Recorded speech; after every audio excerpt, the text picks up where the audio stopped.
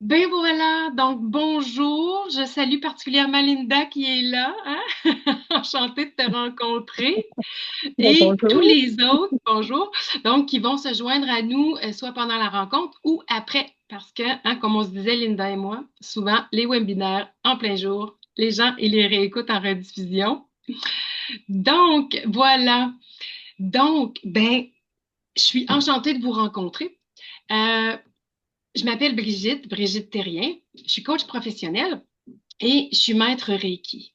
Donc, j'ai ici, derrière moi, ma salle de soins, hein, et la bureau où je fais mon coaching et des rencontres de groupe parfois, café coaching ou ce genre de petites rencontres que j'aime bien en petits groupes. Donc, euh, aujourd'hui, on est là pour changer le monde. Hein? Moi, je dis toujours, on ne peut que se changer soi-même. Et donc, à ce moment-là, Linda et les autres qui sont avec nous, qui vont se joindre à nous, je vais juste soumettre Oups. le petit partage d'écran. Oh non. OK. Voilà, voilà. Est-ce que ça l'a suivi? Oui. Oui, excellent. Donc, on ne peut que se changer soi-même. Et si on veut que le monde change autour de nous, ben, on commence d'abord par soi. Comme je dis souvent à mes coachés, si tu veux changer le monde, ben, commence par te changer toi, puis après ça, tu vas avoir un pouvoir d'influence, hein, un pouvoir de modèle, non en contrôlant ou en disant quoi faire, mais en étant simplement le monde que tu veux être. Donc, c'est ce à quoi je vous invite aujourd'hui, parce que, disons-le nous, généralement, je ne sais pas ce que toi t'en penses, Linda, en ce moment, mais on n'a pas toujours l'écoute qu'on aimerait avoir. Est-ce que c'est ton cas? Oui, tout à fait. Oui, Oui, tout à hein? fait. Mhm. On aimerait ça être écouté, mais c'est très difficile, hein, l'écoute. Et l'idée, c'est de devenir soi-même un bon écoutant, hein? Et à ce moment-là, comme je disais tout à l'heure, on va pouvoir être un modèle, on va pouvoir diffuser ça autour de nous. Et tranquillement, ben, d'une oreille à l'autre, il va y avoir une meilleure écoute en ce monde. Donc, moi, j'ai pas toujours été une bonne écoutante. J'ai beaucoup parlé dans ma vie. Et au fil du temps, j'ai appris à écouter. Maintenant, ben, j'en ai une profession. Donc, comme coach, c'est une des meilleures clés, un des outils qu'on utilise le plus, c'est l'écoute. Et là, aujourd'hui, par contre, ben, je vais parler. N'hésite pas si tu as des questions au fur et à mesure, Linda, ça va me faire plaisir. Puis, ben, naturellement, les autres qui vont écouter le webinaire en rediffusion, si vous avez des questions, ben, écrivez-moi ou tapez dans les commentaires. Cette vidéo-là va sûrement se retrouver sur YouTube ou Facebook. Donc, vous pourrez me poser vos questions. Ça va me faire plaisir d'y répondre. Donc, quand on veut se changer, puis si vous êtes là présentement, c'est parce que vous avez décidé de vous responsabiliser. Hein? Donc, j'ai ici envie de vous montrer l'échelle de Hawkins. Je sais pas si vous connaissez ça. Est-ce que toi, tu connais ça, Linda? Non, Non. J'essaie non, d'enlever, pas cette échelle-là. j'essaie d'enlever ce petit truc. En tout cas, je vais le laisser là. L'échelle de conscience de Hawkins et ah voilà, il part. Voilà. C'est un psychiatre qui a fait, il y a déjà un bon bout de temps, cette échelle-là de conscience. Si on observe bien, ce qui est intéressant, c'est d'observer la zone qui est en bas, qui est dans le rouge. Quand on est dans cette zone-là, on est une victime. Hein? On rejette, comme le petit bonhomme qu'on voit en rouge, on rejette la responsabilité sur les autres, sur la vie autour de soi, sur notre patron, hein, sur notre voisin, sur le temps qu'il fait, etc. Donc, on se positionne en état de victime. Euh, Moi, ça m'arrive, hein? Est-ce que c'est quelque chose qui t'arrive aussi? Euh, Pas pas très souvent, en fait. Ah, Pas intéressant, très souvent. intéressant. Mm. Et tu dirais pour quelle raison que ça t'arrive pas très souvent? Bien, en fait, c'est ça, je pense que je tends vers le bonheur, finalement. Ah Euh, ah! j'ai ça, Eh j'aime, oui. c'est ça, j'aime la vie, j'aime les gens, puis je commence à me connaître pas mal. Fait que je trouve ça intéressant de voir, mais je côtoie des gens comme ça, là, j'ai des images dans ma tête, là. Je Mhm. côtoie, puis, ouais. C'est ce que j'allais dire, parce que plus on avance vers la conscience, moins on se retrouve dans le bas, en fait, de cette pyramide-là.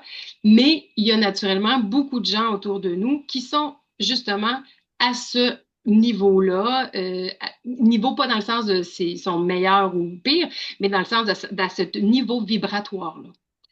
Euh, Même quand on est en haut, hein, même quand on vogue dans les sphères plus hautes, comme tu le nommais, Linda, puis comme je suis aussi en général, mais ça nous arrive à l'occasion de se retrouver dans le bas de la pyramide pour quelque chose qui arrive. Euh, on a regardé les nouvelles, tiens, justement, ce qui se passe en Iran, où tout à coup, ça nous prend au cœur, puis là, on retombe dans la peur, notre niveau vibratoire redescend. Euh, mais quand on est dans la conscience, la plupart du temps, ben c'est facile de jouer à l'aigle, hein. Je parle souvent de la posture de l'aigle, de se regarder aller, de se rendre compte et de faire des actions pour se remonter. Quelle est la différence entre la zone rouge du bas, où est le palier tournant en fait, entre la zone rouge du bas et la zone en haut, hein, où tu disais tout à l'heure, c'est la joie, c'est la paix, hein? On est bien dans cette zone-là en haut, on vibre léger en fait. Il y a le courage entre les deux.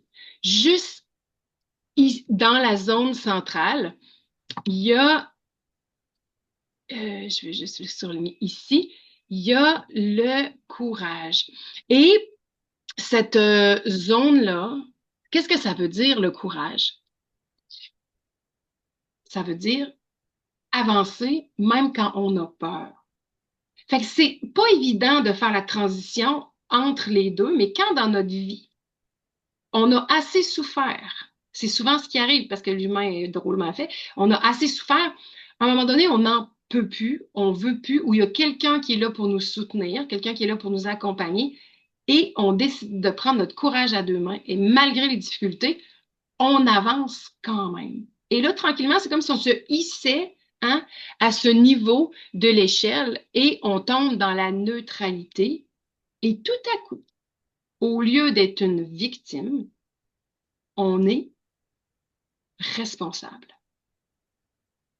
Et qu'est-ce que ça nous donne, la responsabilité?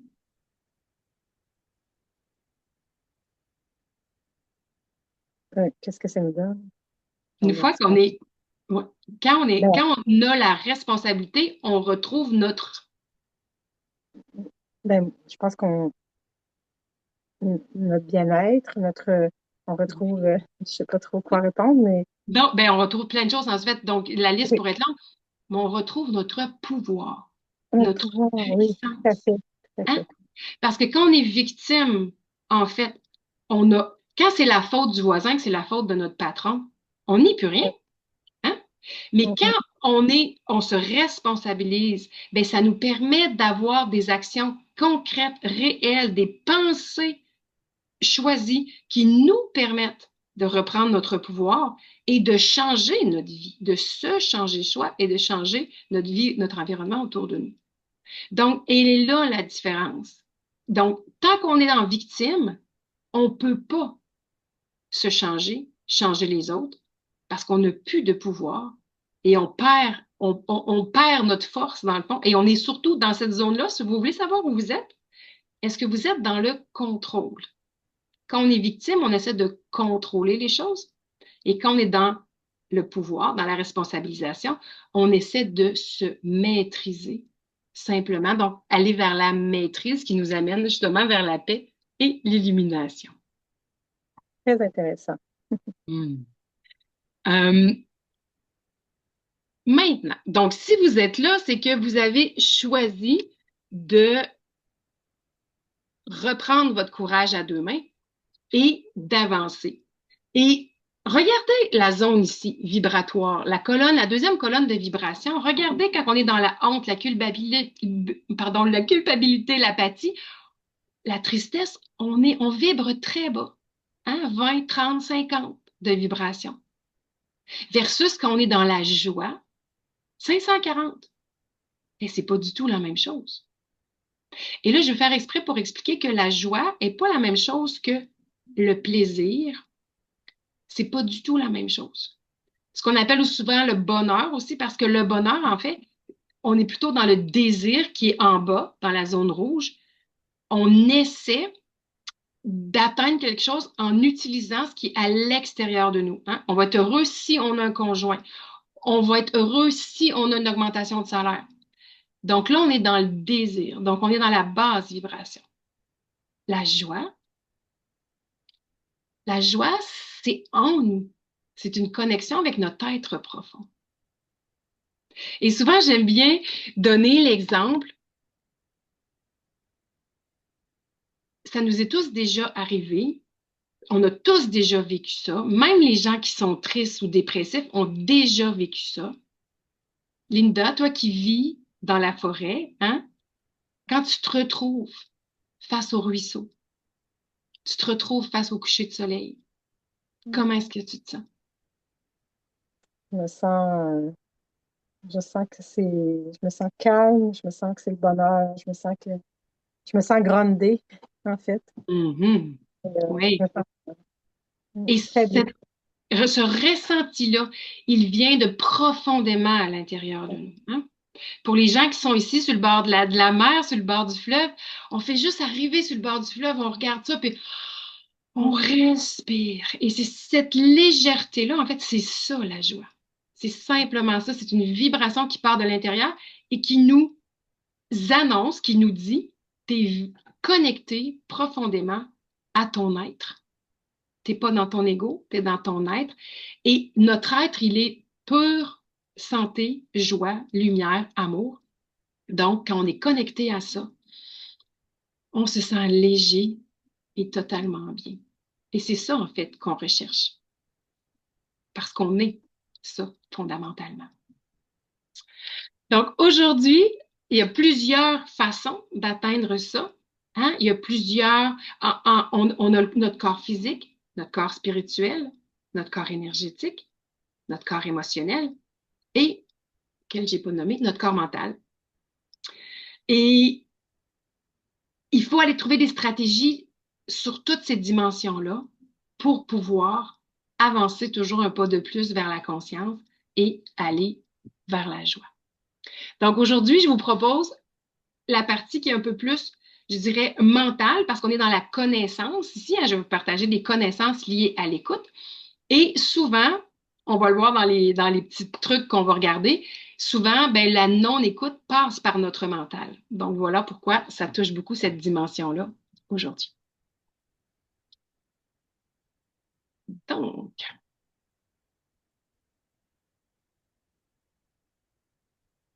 j'ai envie de vous faire entendre notre ami André Sauvé, qu'on connaît tous, qui explique la différence entre entendre et écouter. C'est, ça dure quelques instants, il parle très vite. Je vous laisse écouter cette vidéo-là pendant quelques instants. C'est parti.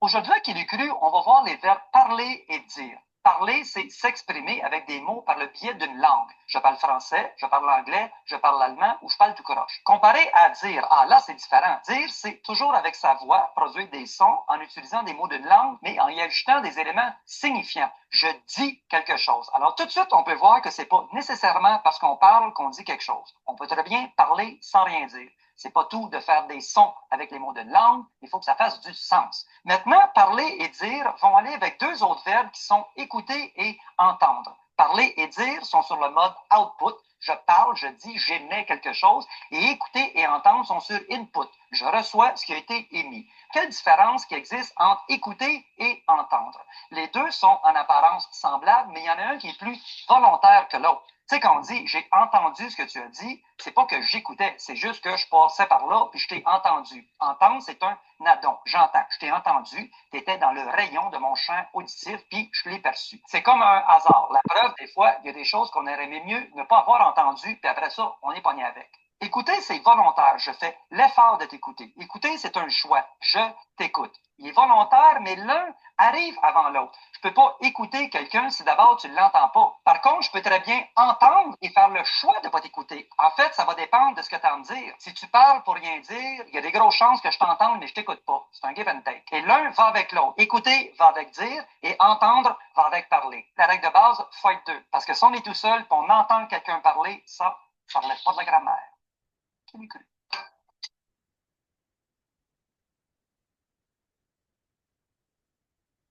Alors, est-ce que, est-ce que tu avais déjà entendu cette petite vidéo, Linda? Non. Euh, je trouve ça c'est très intéressant. Très intéressant, hein? Les mots de la langue française sont tellement porteurs et voilà. Donc aujourd'hui, c'est pas comment entendre, mais c'est développer l'art d'écouter l'autre. Et j'ai pour débuter un petit conte, parce que ceux qui me connaissent, j'aime bien les métaphores, les analogies, j'aime bien utiliser les images. Donc, et j'ai déjà des conteuses d'ailleurs. Et donc, je vous raconte un petit conte. Le conte du... excusez-moi, je vais juste vérifier. Est-ce que là, je ne partage pas mon écran? Je ne veux pas partager mon écran. Je commence à... C'est toujours comme ça. On part bien, puis après ça, on finit par tout être mêlé dans toutes les fenêtres qu'on a ouvertes. Euh, Linda, peut-être juste me dire, est-ce que c'est moi que tu vois à l'écran ou si c'est le compte? C'est toi. OK, excellent. Donc, c'est le conte du grand méchant loup qui n'était pas méchant du tout. Mhm. Donc, il était une fois un méchant loup, quoiqu'il ne fût pas méchant du tout. Loup, peut-être même pas. Louve ou louveteau, on ne le sait pas. Il vivait dans une forêt urbaine, plantée de boîtes habitables, la plupart carrées, faites de cannexel ou de cèdre teinté. Des centaines de sentiers asphaltés partaient de tous les côtés, parfois tournant en rond, en d'autres endroits bien alignés. Cette forêt était parsemée de parcs et de marchés, de montagnes et de prés, et d'une immense rivière qui la coupait en deux rives gelées. Parfois, le vent y soufflait si fort que le loup n'avait même pas besoin de respirer. Le loup habitait une grande tanière avec ses frères. Un plafond cathédral, un escalier en colimaçon. Il habitait là, d'autres ailleurs. Des centaines de meutes serrées, des bruyantes et des barbues, des timides et des dodus. Tous concitoyens de cette grande forêt urbaine. Mais, mesdames et messieurs, le grand méchant loup s'y perdait à tout coup. On le surprenait, parfois, au beau milieu d'un sentier ou d'une conversation, à s'admirer dans une flaque d'eau, complètement absorbé par son ego. On l'y prenait d'autres fois à hurler à la lune, même le matin et le midi, surtout lorsque son amour ou son patron faisait grand bruit. On le retrouvait, oh mon Dieu, courant inutilement après sa queue. C'était souvent de fois ses propres idées, ses conseils ou ses émotions qui le faisaient tourner en rond. Quelquefois encore, le méchant loup s'égarait. Il oubliait de regarder le sentier, la piste était mal tracée ou il l'avait simplement ignorée. Plus grave que jamais. Parfois, le loup mordait. Il ne lâchait pas sa proie, la croquant de sang-froid, jugeant défavorable, malgré lui, l'opinion d'autrui. Et puis un jour, au détour de sentiers mal pavés, le grand méchant loup, pas méchant du tout, s'est arrêté. Il n'avait plus envie de s'admirer, de hurler, de courir, de mordre, ni de juger. Il a simplement levé la tête et laissé tomber le bout de son museau dans l'eau. Et pour la première fois, peut-être, il a écouté la forêt, le vent, le silence. Et dans cet espace nouveau, il a entendu autre chose que son ego. Il a entendu l'autre. Et si le loup n'était pas méchant, mais simplement bruyant? Et si le loup, c'était nous, quand nous oublions d'écouter jusqu'au bout?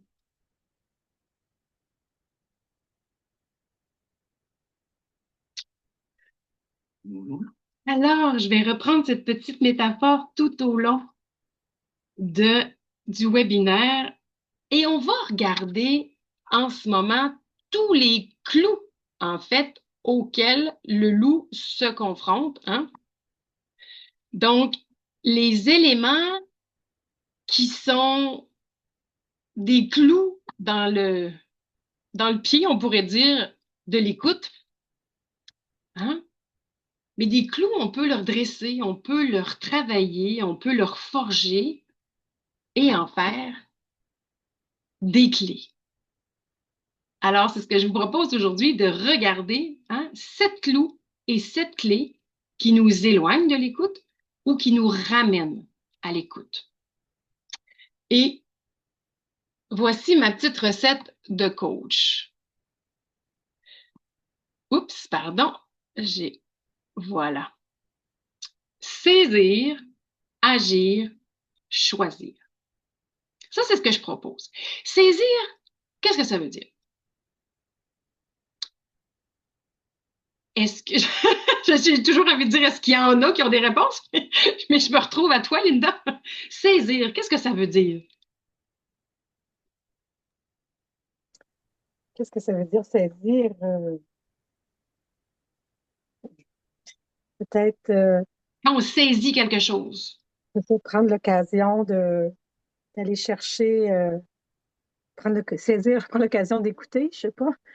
Oui, ben en fait, c'est que le mot saisir, il veut dire plusieurs choses. Hein? Il veut vraiment dire plusieurs choses. Un peu, je saisis mon crayon, hein? Je saisis l'occasion. Donc, ça pourrait être ça. Saisir, c'est aussi savoir. Donc, savoir, c'est des connaissances théoriques. Mais au-delà de la connaissance théorique, quand on a vécu quelque chose et qu'on sait, on appelle ça maintenant connaître. Hein? Donc, saisir, c'est savoir. C'est connaître parce qu'on a expérimenté ce qu'on savait. Et c'est aussi comprendre. Donc, ça nous aide à développer notre conscience. C'est la première étape. En fait, les étapes, ils se chevauchent, mais c'est quand même une base. Une fois qu'on a saisi, l'idée, c'est de se mettre en action. Parce que comme je dis souvent à mes coachés, faire une prise de conscience, mais sans rien changer dans ton quotidien, ça ne te fera pas avancer. Ça ne changera pas ta vie. Donc, agir, c'est se mettre en action. Essayer, expérimenter, tâtonner pour augmenter ta banque d'expérience. Et ensuite, là, les gens me disent tout le temps, oh, mais Brigitte, on ne fait pas un choix avant d'agir.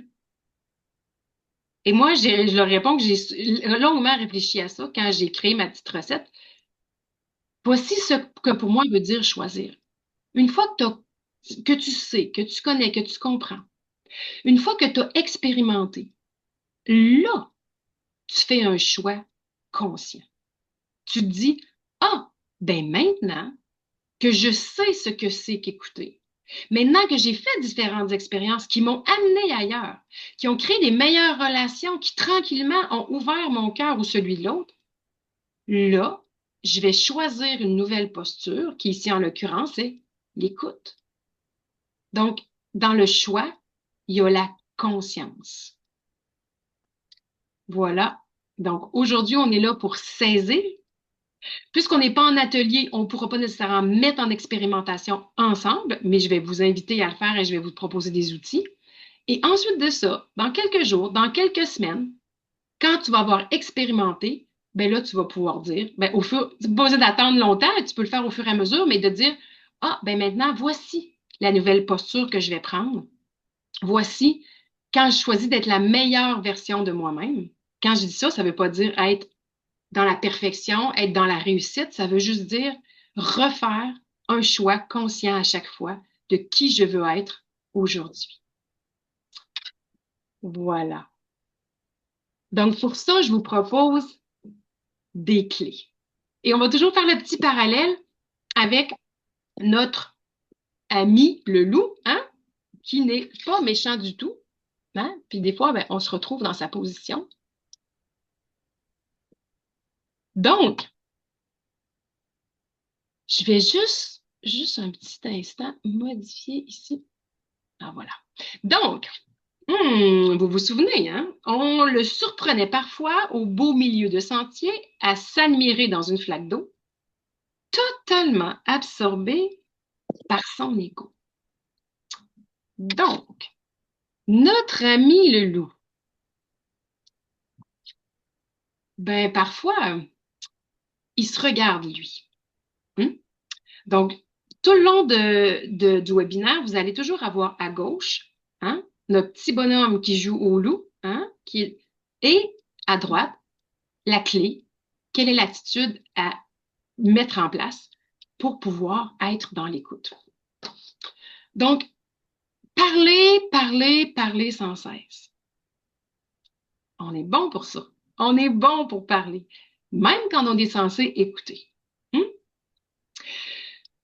Souvenez-vous, la dernière fois que vous êtes allé au café avec Julie, elle vous parlait de sa séparation, et là, tout à coup, hein, au lieu d'écouter Julie, vous vous êtes mis à parler, à raconter la fois que vous, votre tante, hein, a fait une séparation encore bien plus dramatique que la sienne.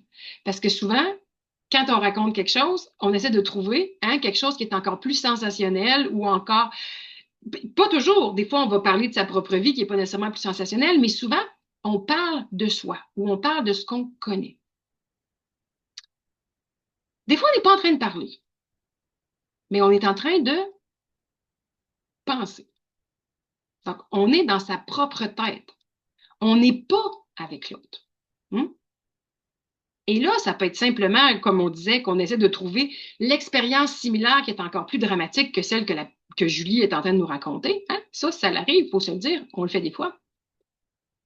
Peut-être pas vous, juste le loup. Hein? Mais des fois, on est là dans notre tête. Des fois, on est en train de penser, oui, à la liste d'épicerie ou ce qu'on va faire pour le souper. Mais des fois, on est parti dans notre propre histoire aussi, bien loin. Et on n'est pas présent à l'autre. On n'est pas branché à l'autre. Comme coach, c'est l'outil le plus puissant, la présence. Et honnêtement, dans la vie, c'est assez rare qu'on a accès à quelqu'un qui est totalement présent.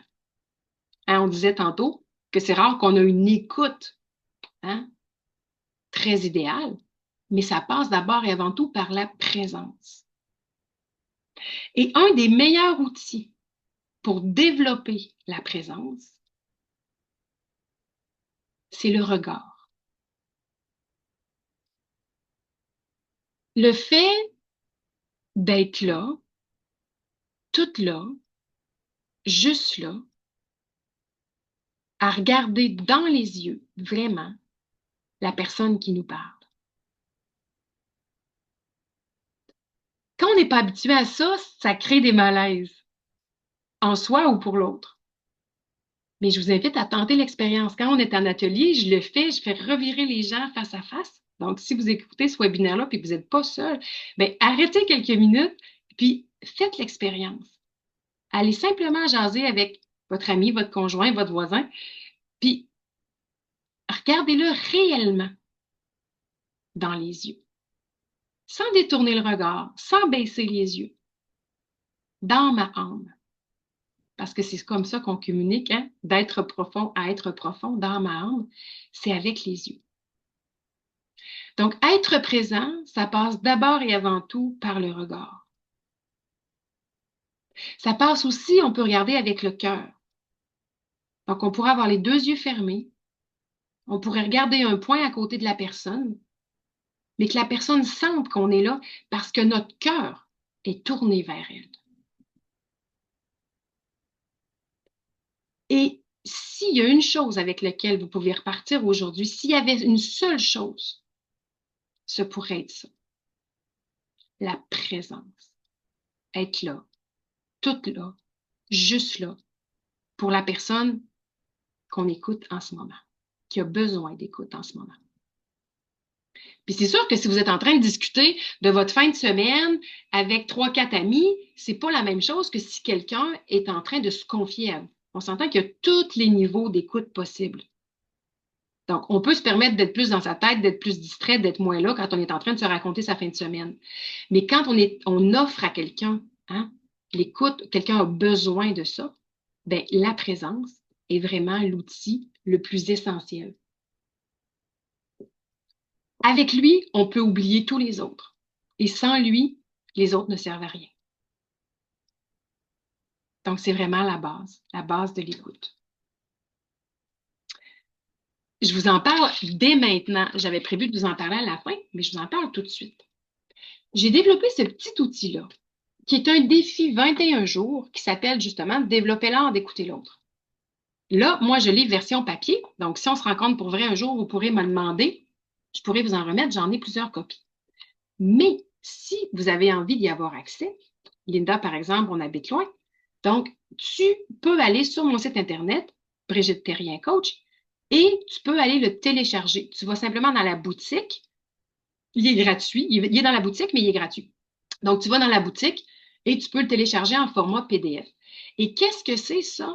C'est un défi 21 jours. Donc, voyez-vous, ce sont des tout petits défis. Donc, c'est très bref, mais c'est pas toujours si simple, dépendamment de notre propre compétence à écouter. Donc, 21 défis qui nous permettent de développer notre présence, notre conscience et l'écoute, justement.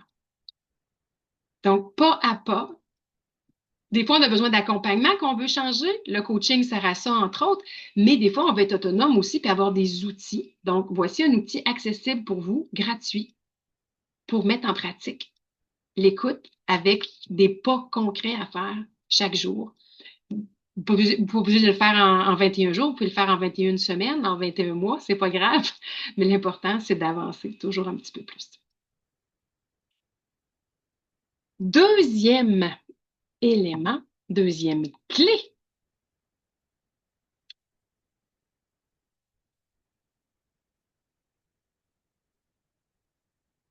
Bon, je suis rendue que je fais un peu n'importe quoi avec mon Zoom, excusez. Ici, voilà. Donc, se taire. Parce que là, ça semble contradictoire. Je viens de dire, attention, il ne faut pas parler, parler, parler, puis penser, être dans sa propre tête. Mais se taire est aussi un clou à l'écoute. Parce que se taire et être silencieux n'est pas la même chose. Se taire, c'est résister.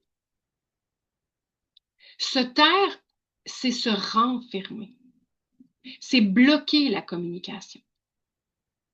Donc, si on veut faire de l'évitement, si on n'est pas prêt à entrer en communication, si on n'est pas disposé à écouter, bien souvent, on se tait. Donc, on fait comme de l'opposition silencieuse.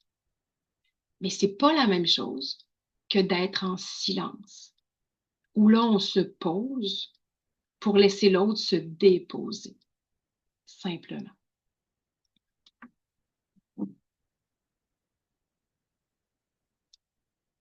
Donc, je vous invite à vous observer quand vous êtes en silence à certains moments. Est-ce que vous êtes posé ou si vous êtes en train de vous taire?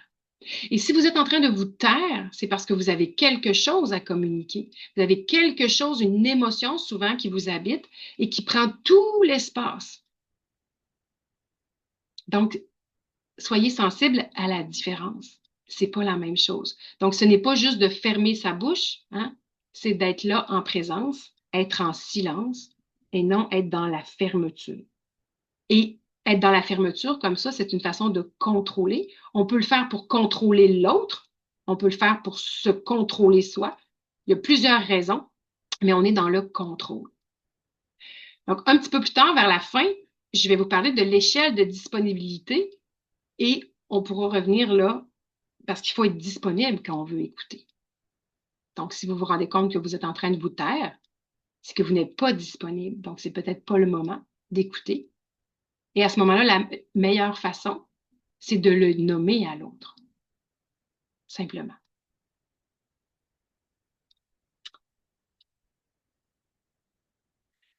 Donc, hein, notre fameux loup, hé, le loup cesse de te mirer dans une flaque d'eau. Hein? La meilleure façon de se rendre intéressant, c'est d'être intéressé, nous dit Dale Carnegie.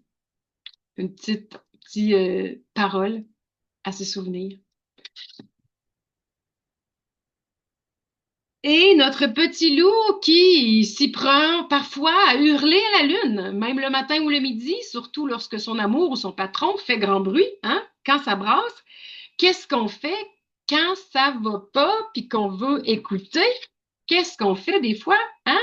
On plante des beaux clous dans notre clôture, on sympathise. C'est quoi la différence entre la sympathie et l'empathie? Pas toujours évident de faire la différence entre les deux. Hein? Et d'ailleurs, souvent, on va dire, on va offrir mes sympathies hein, quand il y a des funérailles ou ce genre de choses-là. La sympathie, c'est vivre l'émotion avec l'autre.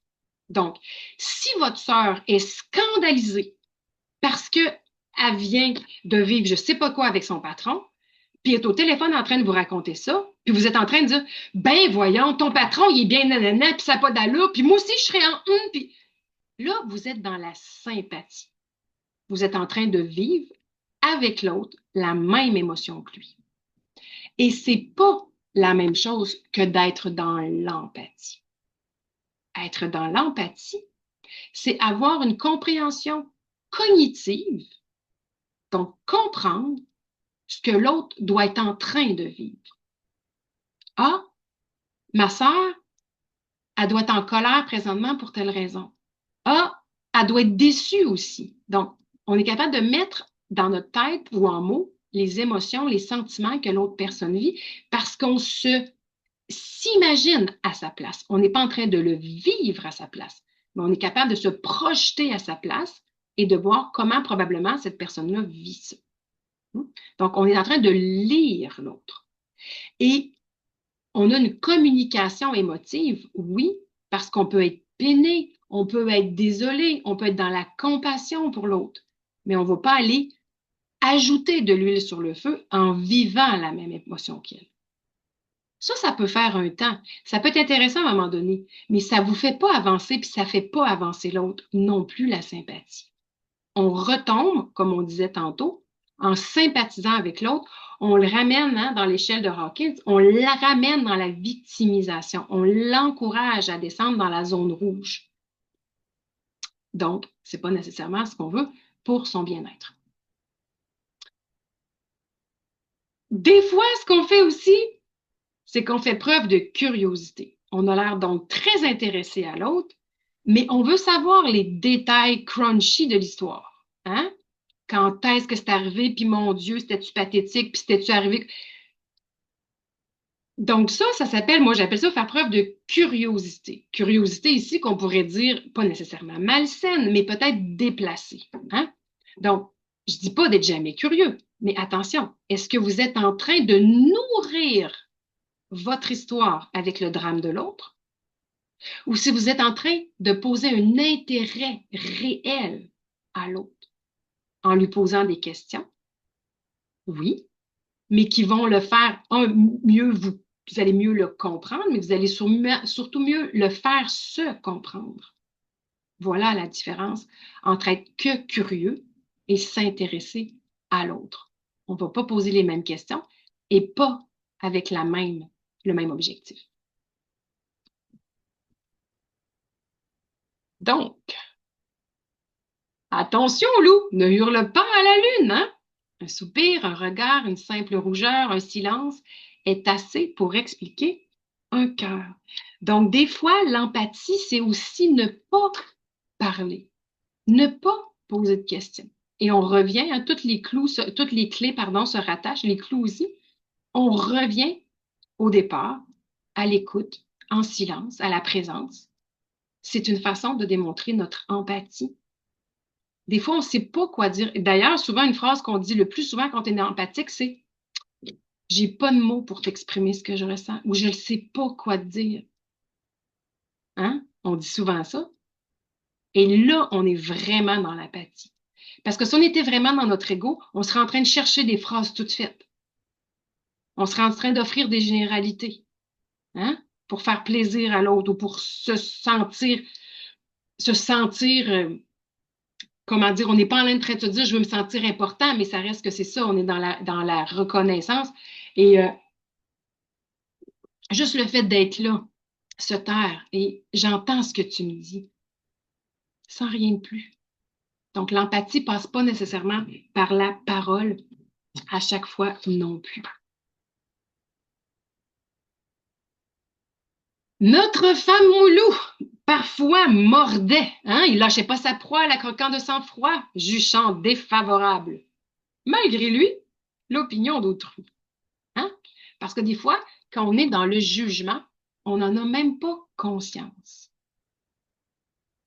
Et c'est très difficile de ne pas être dans le jugement. Même quand on monte dans l'échelle de conscience de Hawkins, qu'on est de plus en plus conscient, des fois, ça va arriver que, justement, on va juger, malgré nous, les gens qui ne sont pas là. On va juger les gens qui se comportent en victime.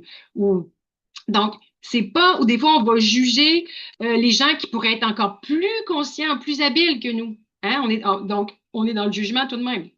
Donc, c'est pas si simple que ça de ne pas juger.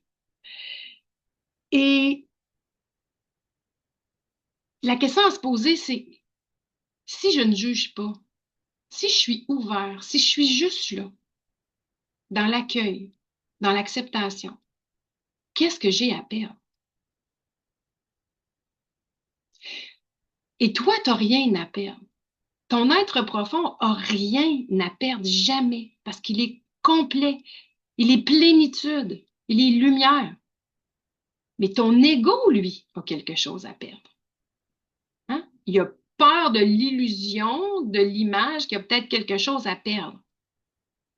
Mais toi, fondamentalement, tu n'as jamais rien à perdre parce que tu as tout. On est un. Et j'aime bien ici faire la différence entre accepter et accueillir. Pauvre Linda, je m'adresse encore à toi. Est-ce que tu fais la différence? Est-ce que tu sais la différence ou tu as envie d'essayer de nous expliquer la différence entre accepter et accueillir selon toi?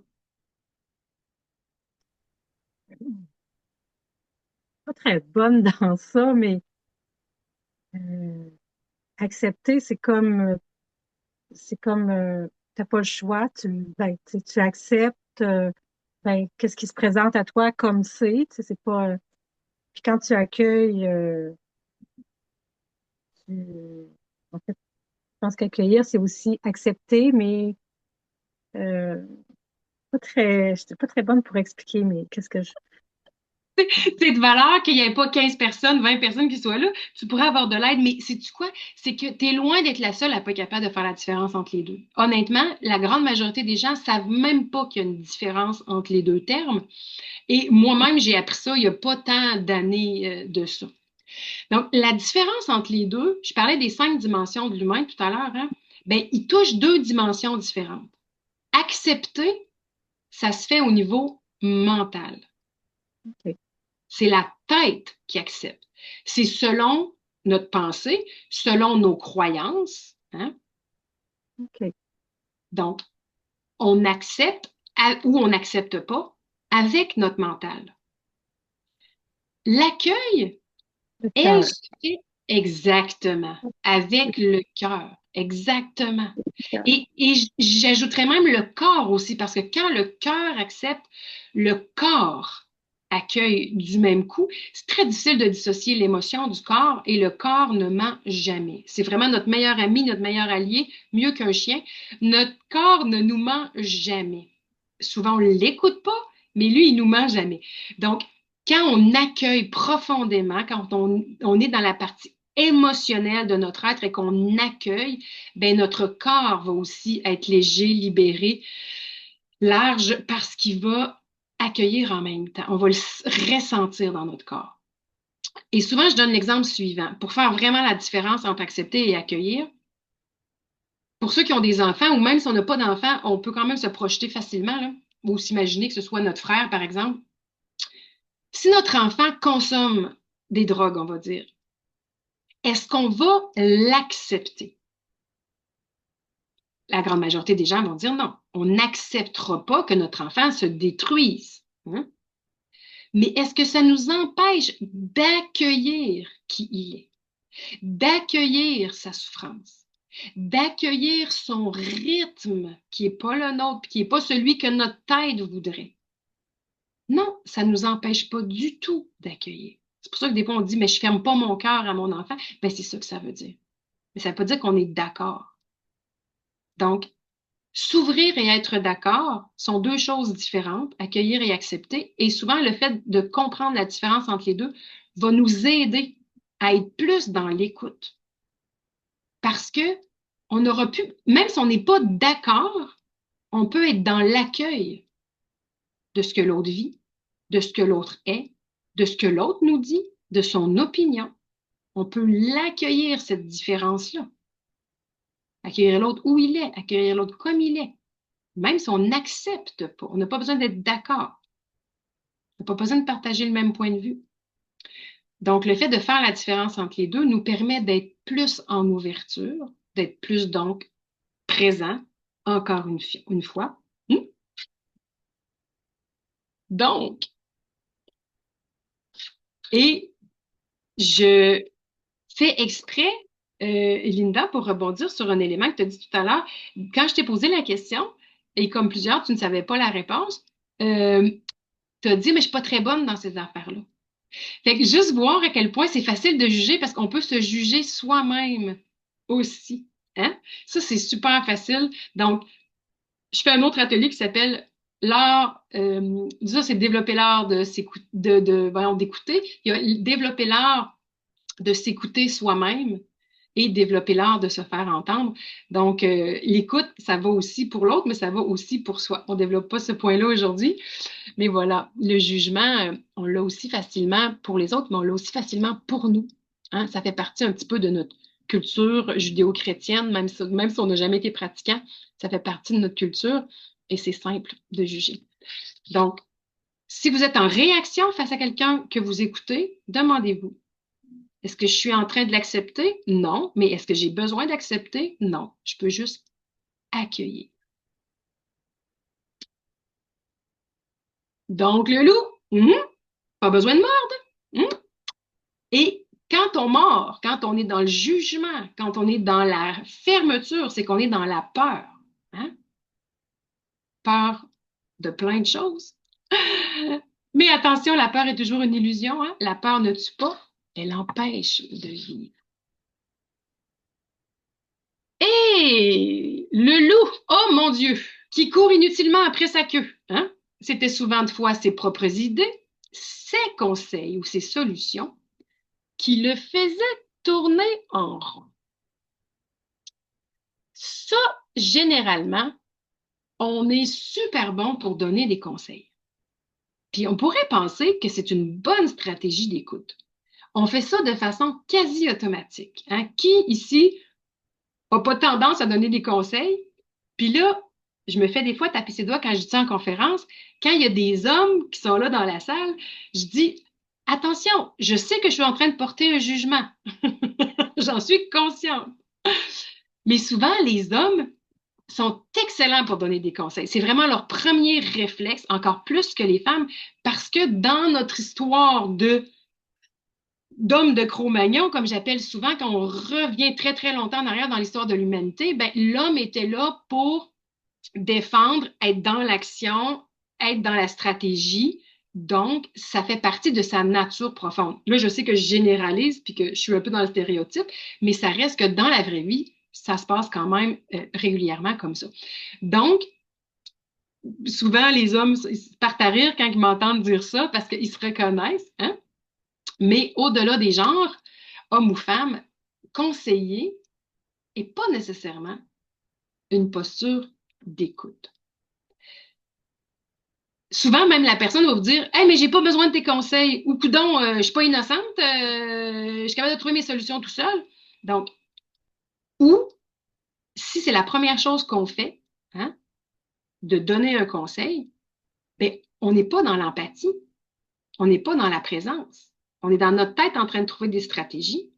Donc, on n'est pas à l'écoute. Si on revient, on redéfait toutes les différents clés et clous, on n'est pas dans l'écoute.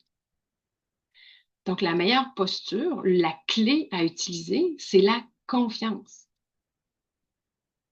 Croire que l'autre va trouver ses propres stratégies.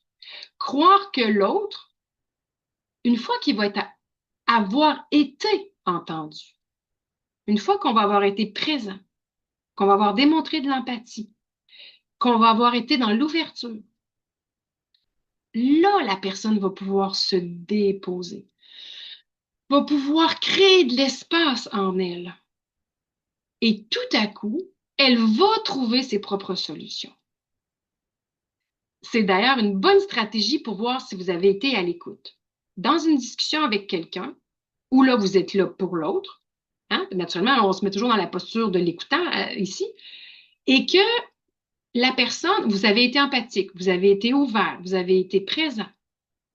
Et là, tout à coup, la personne change d'énergie, on le voit, on s'en rend compte vibratoirement, on se rend compte du changement d'énergie, et la personne va dire, ah, je le sais, je vais plutôt régler ça avec Julie la semaine prochaine, puis bon, la personne se met en mode solution elle-même.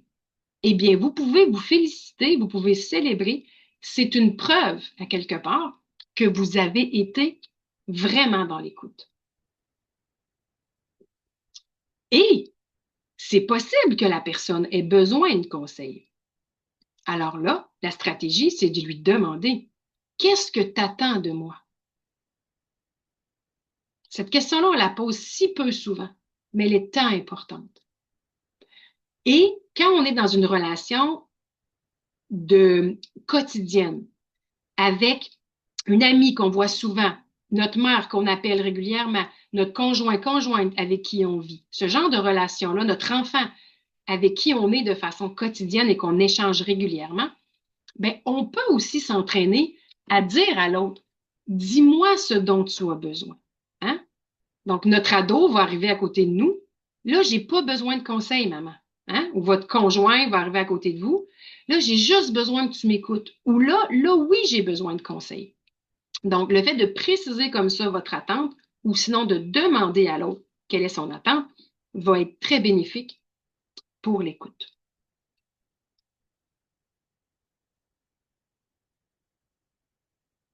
Donc, hein, le loup, arrête de courir après ta queue. Hein? Le meilleur conseil est celui que l'on n'a pas donné, nous dit Paul Valéry. Hein? Donc, et être confiant, c'est aussi respecter les gens dans leur rythme.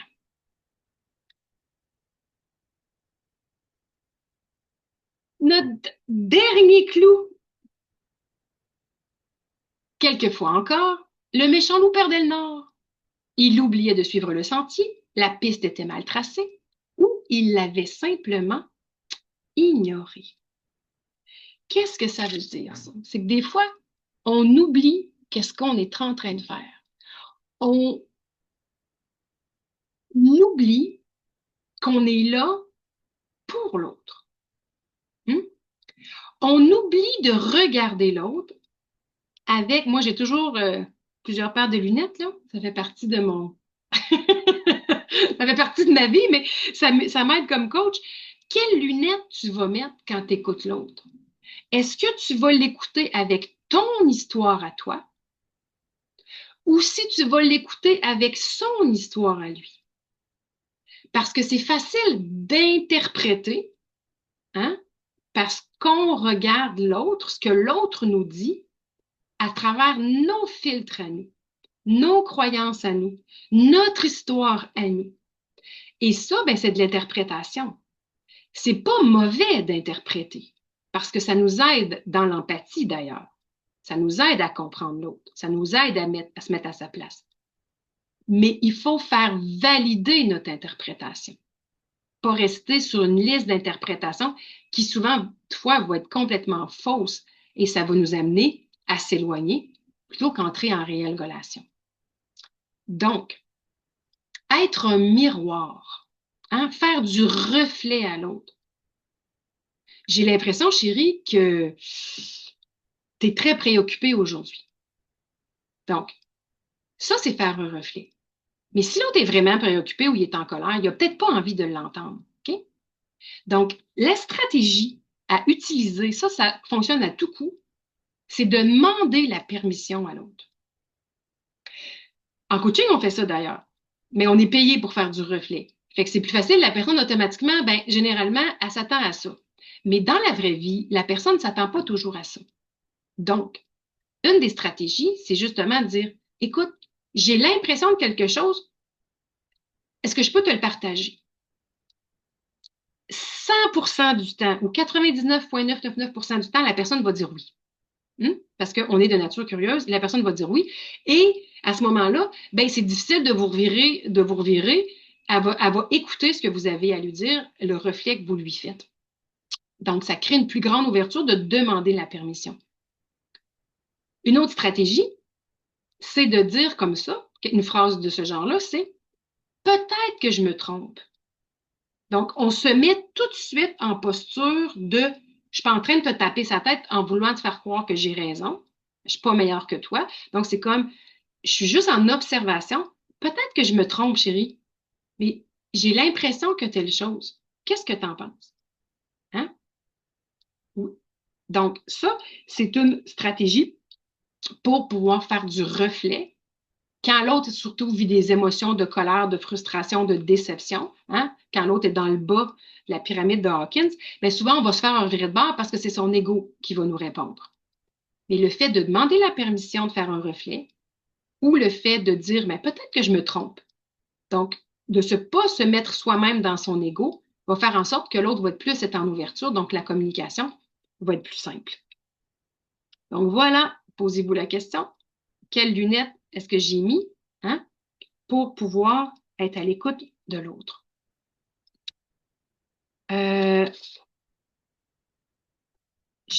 C'est bizarre parce que j'ai comme l'impression que j'ai perdu quelque chose dans le titre diapo aussi, mais c'est pas grave, je vais vous le dire quand même.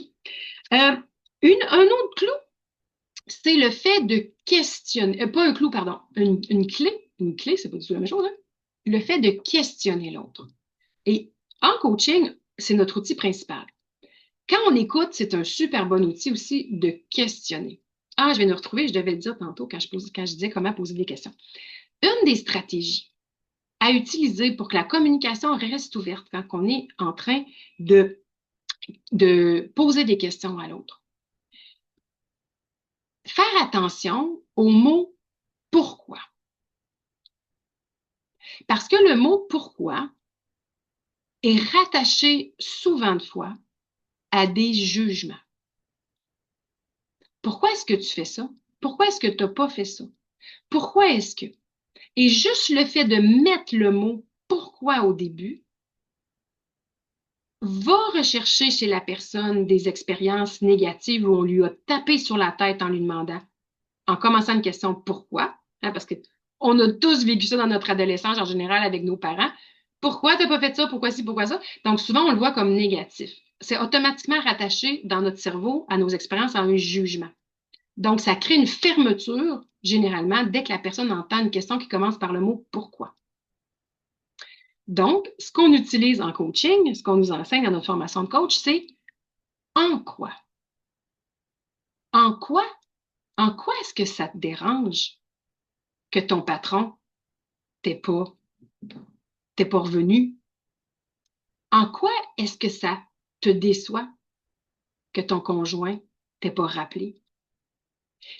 Ça crée vraiment une ouverture. Et c'est pas naturel, il faut se pratiquer. Souvent, il faut se le garder en note parce que les gens, ils reviennent toujours me voir à la fin de conférence. C'est quoi donc, Brigitte, le petit mot que tu disais au lieu de pourquoi? C'est en quoi?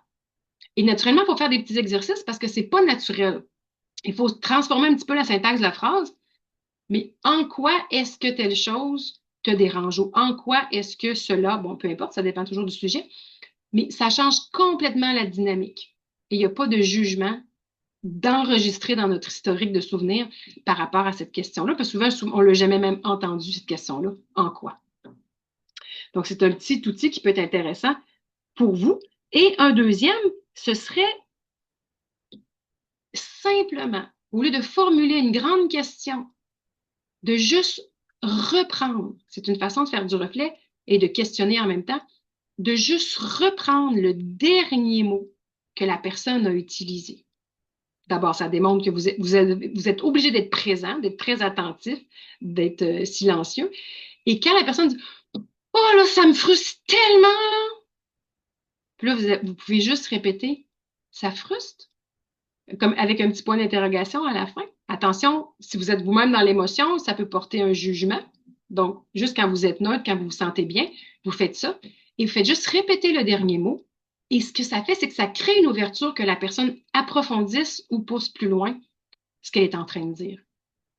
Et ça démontre automatiquement de l'empathie. Voilà, voilà. Je sais pas, avant,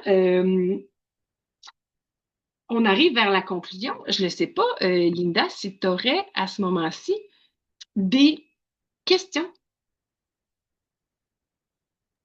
J'ai pas de question, mais j'ai un commentaire. Oui. C'est vraiment intéressant. Puis il y a plein d'images dans ma tête là, qui se forment, puis plein de situations où j'ai eu dans la communication, là, euh, c'est ça, plein de situations de communication qui me font dire, OK, wow, j'aime ce que j'entends, puis qu'est-ce que je peux dire, puis le en quoi, puis wow, c'est vraiment bien, j'aime ça jusqu'à maintenant. Mais tant mieux. Puis c'est beaucoup de petites stratégies, en fait, qui chacune d'elles sont simples à mettre en place, mais il faut surtout y penser, en fait. Donc, l'idée, c'est d'essayer peut-être de dire, ah, ben, il y a une ou deux stratégies qui me plaisent particulièrement. Moi, je suis Miss Post-it, mais mes coachés le savent. Fait que se faire un petit dessin ou s'écrire la parole, par exemple, en quoi, l'écrire, puis le mettre à quelques endroits dans la maison ou euh, se, se faire des petits rappels, mettons, vous allez, je sais pas moi, prendre un café avec une amie. Ah ben là, vous savez que vous allez l'écouter naturellement, probablement.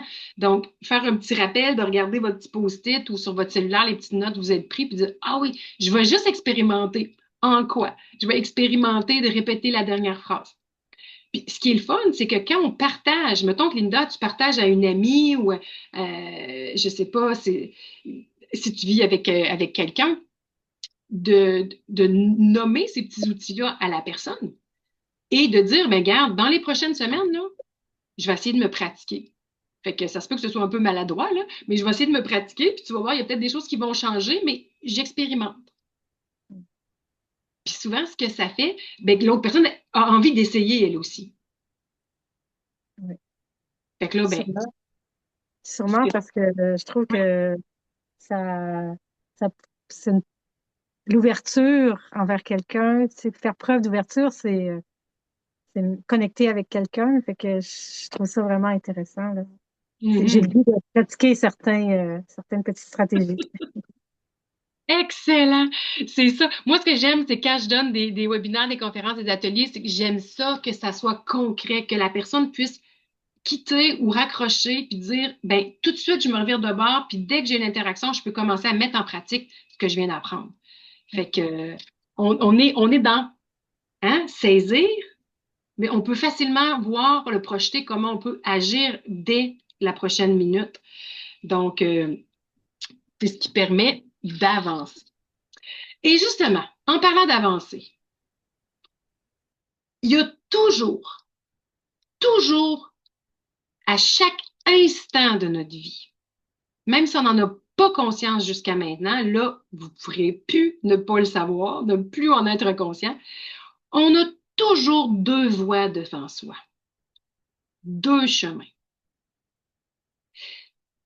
Qu'est-ce qu'on peut remarquer ici dans l'image? Quelle est la différence entre les deux chemins? Ah, je sais pas si ton micro est fermé, Linda. Il y a une voie sombre et il y a une voie claire. Exactement. Et c'est toujours comme ça devant nous. Il y a, moi, ce que j'appelle la voie de la paix et la voie de la peur. Ou on pourrait l'appeler la voie de l'amour et la voie de la peur, parce qu'on le sait, on l'entend de plus en plus un peu partout. Le contraire de l'amour, c'est pas la haine, c'est la peur. Donc, il y a un chemin d'ouverture, de lumière. Et il y a un chemin de fermeture, de noirceur. Et c'est pas juste pour l'écoute, ça. C'est dans tout, que tu sois avec toi-même à prendre des décisions, ou que tu sois avec quelqu'un ou un groupe de personnes, des collègues en train de prendre une décision, à chaque instant, tu peux choisir. Est-ce que là, je choisis le chemin de lumière, qui est le chemin de l'être profond? Ou est-ce que je choisis le chemin de la peur, le chemin de l'ego? Parce que l'ego, je ne vais pas aller en détail là-dessus aujourd'hui. Il y a d'autres formations que je donne où on approfondit ça. Mais juste nommer comme ça, que l'ego, c'est d'abord une construction sociale. Oui, qui nous permet d'être un humain, d'avoir une identité sociale, d'avoir une identité unique qui fait que je ne suis pas Linda, puis Linda n'est pas moi. Hein? Les enfants développent ça vers 8-9 mois. Tranquillement, on le sait. Donc, une identité unique, mais en même temps, qui fait que je revêt des costumes ou des masques sociaux pour répondre aux croyances sociales. Puis quand je parle de croyances, ici, je ne parle pas de croyances religieuses, je parle de croyances de tout ordre. Ça peut autant être on est né pour un petit pain que, comme je disais tantôt, les hommes sont moins, je disais pas ça, mais mettons, ça me fait penser, les hommes sont moins sensibles que les femmes. Donc, n'importe quoi qui est d'idéologie, de dogme, de vérité, de croyance, tout ça, on peut les appeler justement croyances. Elles changent d'étiquette dépendamment si on est dans l'ouverture. Hein? Si c'est juste une idée, on est dans l'ouverture. Si on est dans le dogme, mais on est dans la fermeture totale. Donc, il y a comme un nuancier à travers ça.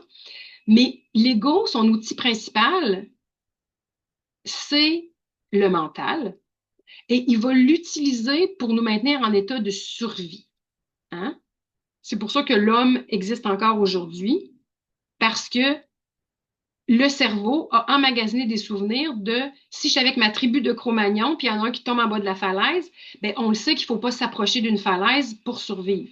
Donc, ça vient de là où le cerveau scanne les dangers continuellement. C'est pour ça qu'on est habitué de regarder les bébites noires autour, parce que le cerveau nous sert à notre survie.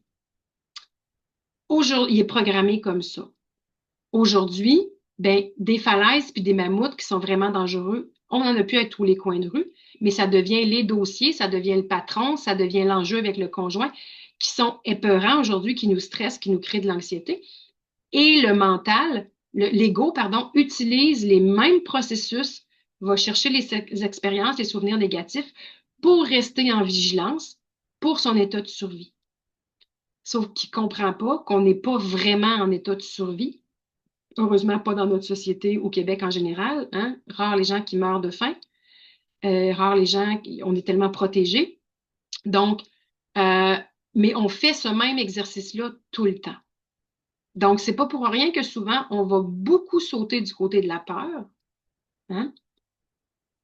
Maintenant qu'on le sait, que notre ego, merci beaucoup, t'es gentil, tu veux me maintenir en état de survie, mais je te réconforte ici, hein, on peut lui parler, je te réconforte, je te calme, je suis pas en danger réel. Donc, on peut respirer, on s'arrête, on prend du recul et on se dit maintenant, quel chemin je prends? Est-ce que je veux rester en confrontation contre mon ado parce que j'ai peur qu'il fasse rien dans la vie un jour?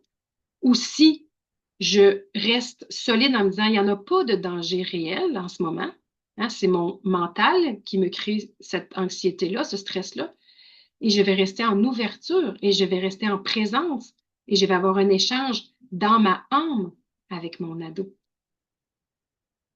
Ça change toute la perspective.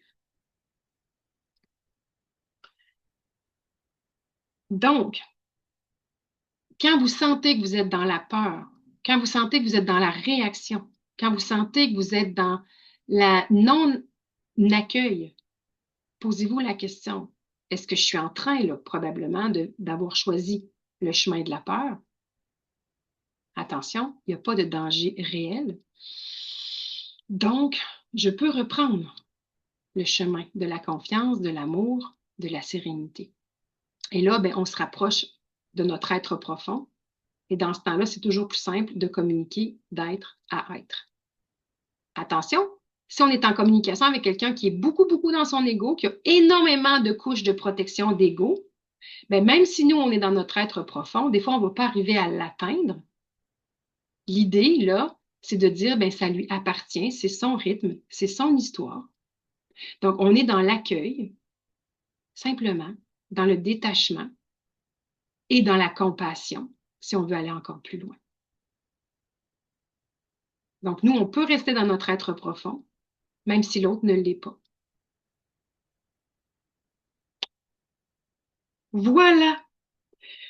Tout ça, hein, faut quand même le mettre en pratique. C'est pas si simple que ça. Et j'ai une petite, hop, je vais reculer pour pas vous montrer le point. J'ai une petite histoire à vous raconter que vous avez peut-être déjà entendue. C'est un conte Cherokee, donc un peuple autochtone de l'Amérique du Nord, une histoire ancienne, qui dit ceci. C'est un ancêtre, hein, un ancien qui dit à un enfant, chacun de nous a en lui deux loups qui s'affrontent continuellement.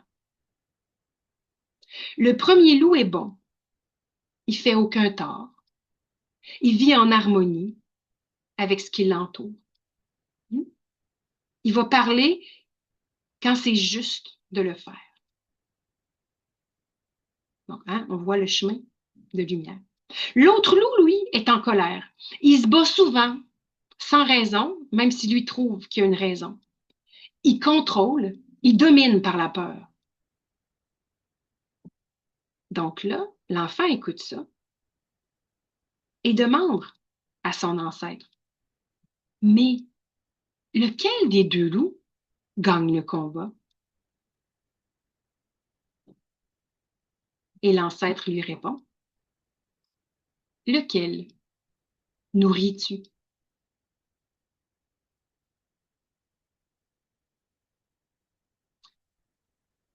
Alors voilà une petite histoire pour vous permettre de créer une image encore puissante, toujours rattachée à notre conte de loup, un autre conte ici, qui vous permet de vous poser la question, lequel des deux loups, à chaque minute, à chaque jour, es-tu en train de nourrir?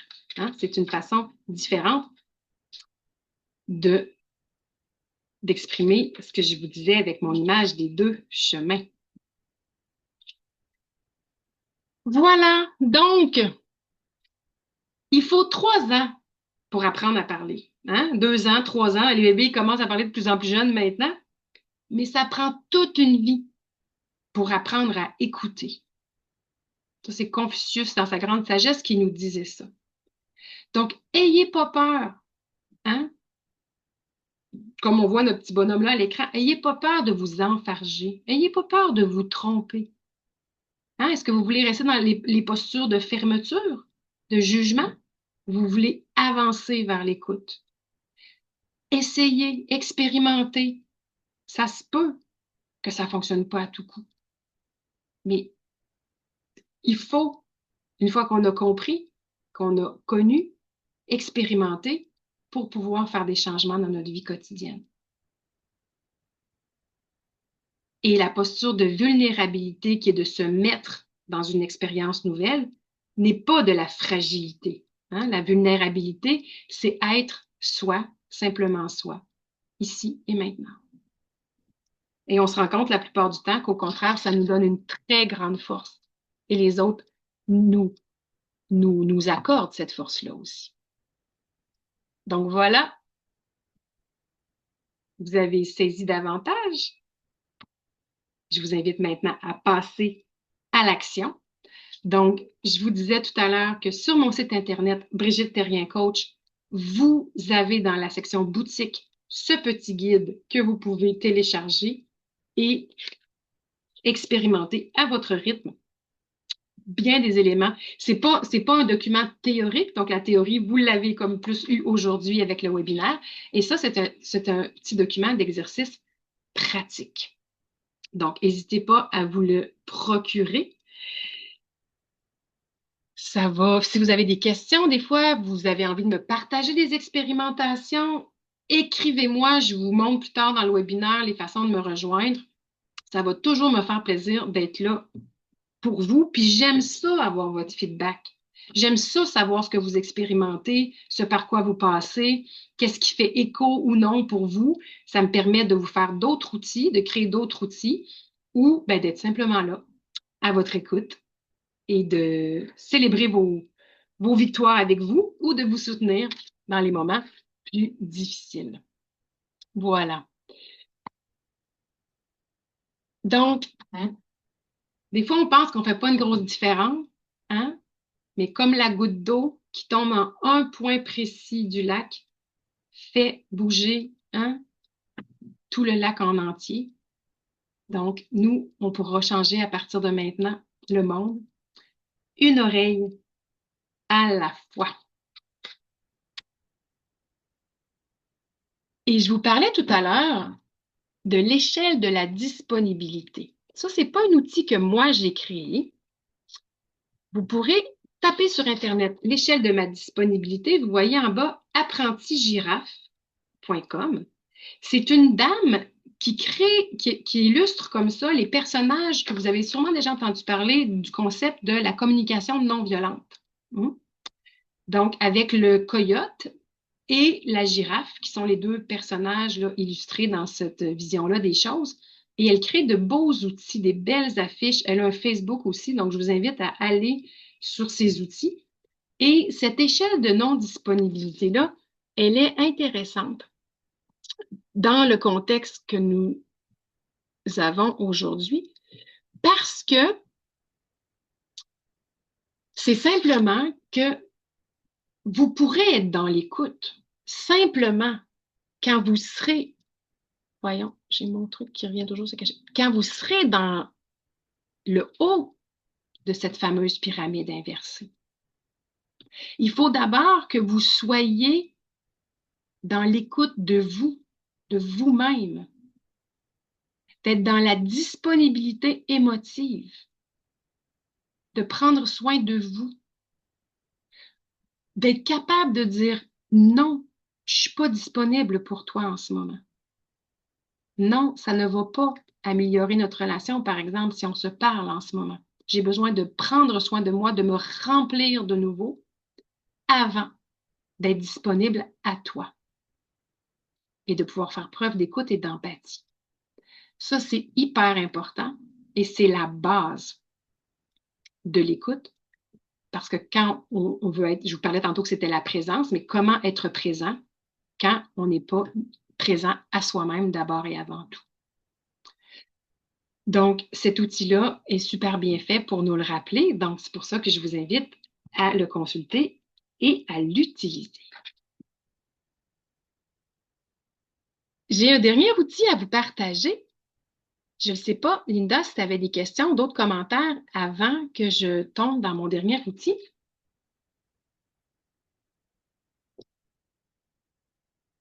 Ah, ton micro.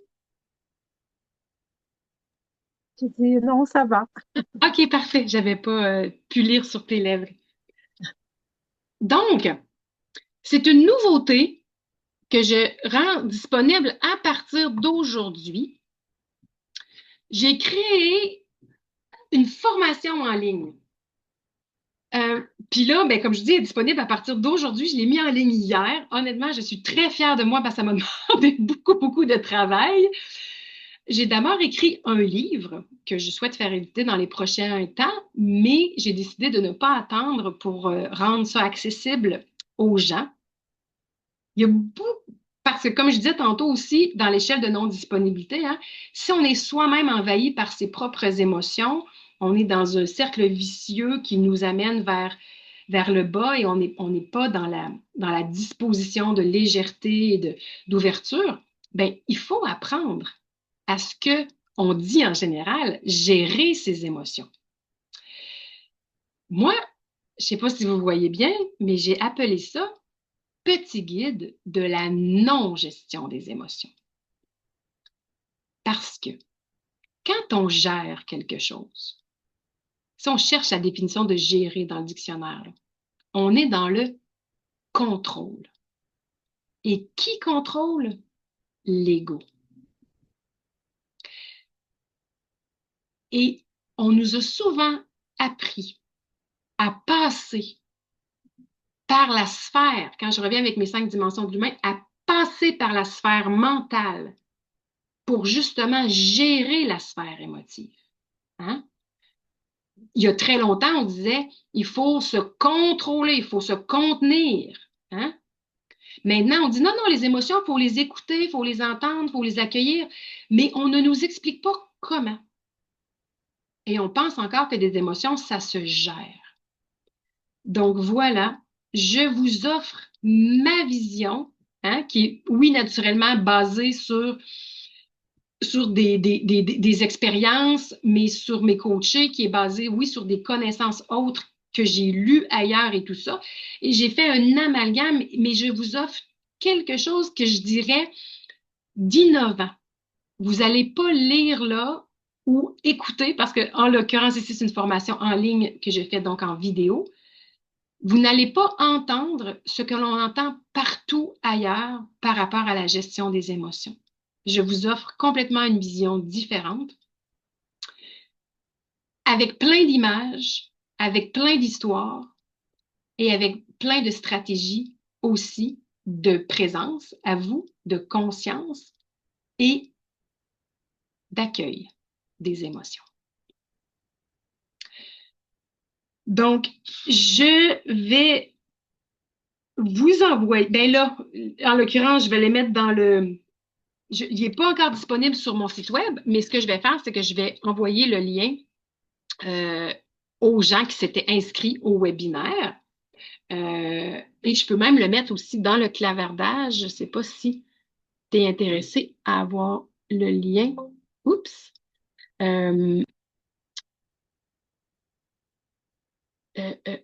Oui, d'accord. Donc, mettre le lien dans le clavardage, je ne sais pas, ici. Voilà, donc c'est le lien pour pouvoir faire, pour commander la formation. Naturellement, cette formation-là, ben, c'est un outil qui n'est pas gratuit, mais je dirais que j'ai pas compté, il faudrait que je compte, pour plusieurs heures de formation, une bonne quinzaine d'heures de formation, ben, c'est le prix presque un petit peu plus qu'une heure de coaching. Donc, c'est quand même un outil intéressant à peu de coûts qui va vous durer pendant très longtemps et qui est accessible à vie avec plein d'outils. Donc, vous pourrez aller voir sur la page le lien que je viens de vous mettre, mais je vais, comme je dis aussi, envoyer aux gens qui s'étaient inscrits le lien. Vous pourrez le retrouver aussi un peu partout où on me retrouve. Donc, où est-ce qu'on me retrouve? C'est ce que je voulais vous dire. Donc, il y a plusieurs personnes ben, qui allaient m'écouter naturellement. Vous me connaissez déjà. Oups, je suis revenue au début, moi, là. Zut. On va faire un petit rappel de tout ça. Désolée. j'avais arrêté le PowerPoint. Donc, vous pouvez... ben voilà, j'offre du coaching individuel, des soins Reiki, comme je vous disais au point de départ, des soins énergétiques, des ateliers, des conférences. Des fois, donc, je fais des petits groupes aussi, du coaching de groupe, en fait. Des formations en ligne, des séjours. Je vis dans un lieu extraordinaire sur le bord du fleuve à Lillet-sur-Mer. Mon bureau est ici. Et j'offre à l'occasion, quelquefois dans une saison, des séjours aussi ici. Dans ma propre maison, j'ai un lieu aménagé avec une superbe vue sur le fleuve. Donc, voilà. Et vous pouvez me joindre sur brigitteterriencoach.ca, qui est mon site Internet. Si vous êtes abonné déjà, sinon vous pouvez vous abonner à mon infolettre mensuelle. Donc, pour pouvoir recevoir les nouveautés, les formations que je donne, les ateliers, etc. Je suis censée d'ailleurs donner des formations en soins Reiki pour que les gens s'auto-prennent soin d'eux, parce que ça, c'est une des dimension énergétique. J'essaie de toucher toutes les dimensions de l'être. Donc, mon Facebook, Brigitte Terrien Coach. Oui, il y a Brigitte Terrien qui existe, mais il y a Brigitte Terrien Coach sur lequel il y a des outils, des textes, des réflexions, les publicités d'événements. Et ma chaîne YouTube, Brigitte Terrien Coach, sur lequel il y a pas des centaines de vidéos, mais il y en a une bonne dizaine, là, et j'en rajoute toujours, où je propose régulièrement des stratégies, des petites capsules de formation et aussi beaucoup de visualisation. La méditation, on le sait, on en entend parler beaucoup dans les dernières années. La méditation est un outil hyper intéressant pour revenir à soi, pour se rapprocher de son être, pour développer plus de présence, mais c'est pas simple pour tout le monde. Moi, ce que je propose comme outil généralement, c'est une façon différente de se rendre à soi, c'est la visualisation. Et ça nous permet de s'ancrer. Ça nous permet de faire des nettoyages de croyances, ça nous permet de vider notre mental, ça nous permet de guérir des blessures, plein de choses différentes. Donc, c'est des choses que j'offre sur ma chaîne YouTube, donc gratuitement. Vous pouvez y avoir accès. Et voilà, ce sont les façons de me joindre. Et ben, vous pouvez m'appeler aussi, mon numéro n'est pas là, mais vous allez le retrouver sur tous ces sites-là. Voilà, voilà. Donc, ben merci. Merci, Linda, d'avoir été là. Ça aurait été plaisant qu'on soit 50, mais tu vois, maintenant, moi, c'est quelque chose que j'ai fait. Justement, j'ai travaillé sur mon ego. Il y a quelques années, j'aurais dit, oh mon Dieu, ça n'a pas d'allure. Maintenant, c'est comme, si on avait à être ensemble, c'est parce qu'on avait à vivre ça ensemble. Et de toute façon, ben, les autres, vous allez le vivre. Pas en direct, mais on va autant être ensemble parce que dans l'énergie, il n'y a pas de temps, il n'y a pas de lieu. Merci à toi. Un grand merci. Merci à toi. Puis n'hésitez pas à m'écrire, comme je disais, si vous avez des questions, vous voulez me partager où vous avancez ou vous voulez qu'on aille plus loin ensemble, peu importe. Tout ça va me faire plaisir. Je suis là pour vous. Je vais arrêter l'écran.